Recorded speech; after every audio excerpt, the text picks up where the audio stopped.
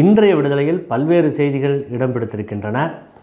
புரட்சியாளர் அம்பேத்கர் உருவாக்கிய இந்திய அரசியலமைப்பு சட்ட அமைப்பிற்கும் மனு தர்மத்திற்கும் தான் இன்றைய போராட்டம்.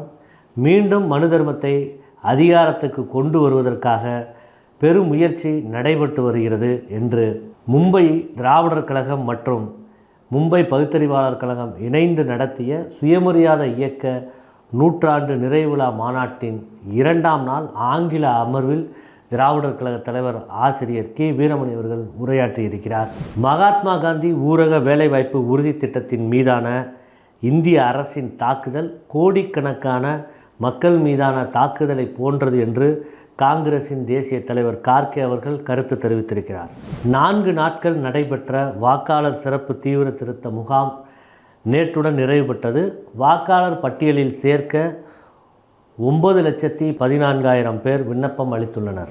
மோடி அரசின் தொழிலாளர் சட்டங்களுக்கு எதிரான பிப்ரவரி 12 வேலை நிறுத்தத்தை மாபெரும் வெற்றியாக்க தொழிலாளர்களுக்கு CITU அழைப்பு விடுத்திருக்கிறது. வெனிசுலாவில் ஜனநாயகம் மீட்கப்பட G7 நாடுகளுடன் இணைந்து பணியாற்ற தயார் என்று ஜப்பான் பிரதமர் பகிரங்கமாக அறிவித்துள்ளார்.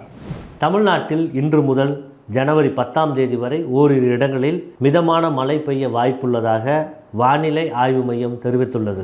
இலங்கை கடற்படையினரால் கைது செய்யப்பட்ட தமிழ்நாட்டு மீனவர்களை உடனடியாக விடுவிக்க நடவடிக்கை எடுக்க வேண்டும் என்று ஒன்றிய அமைச்சருக்கு முதலமைச்சர் மு.க. ஸ்டாலின் அவர்கள் கடிதம் எழுதியிருக்கிறார்.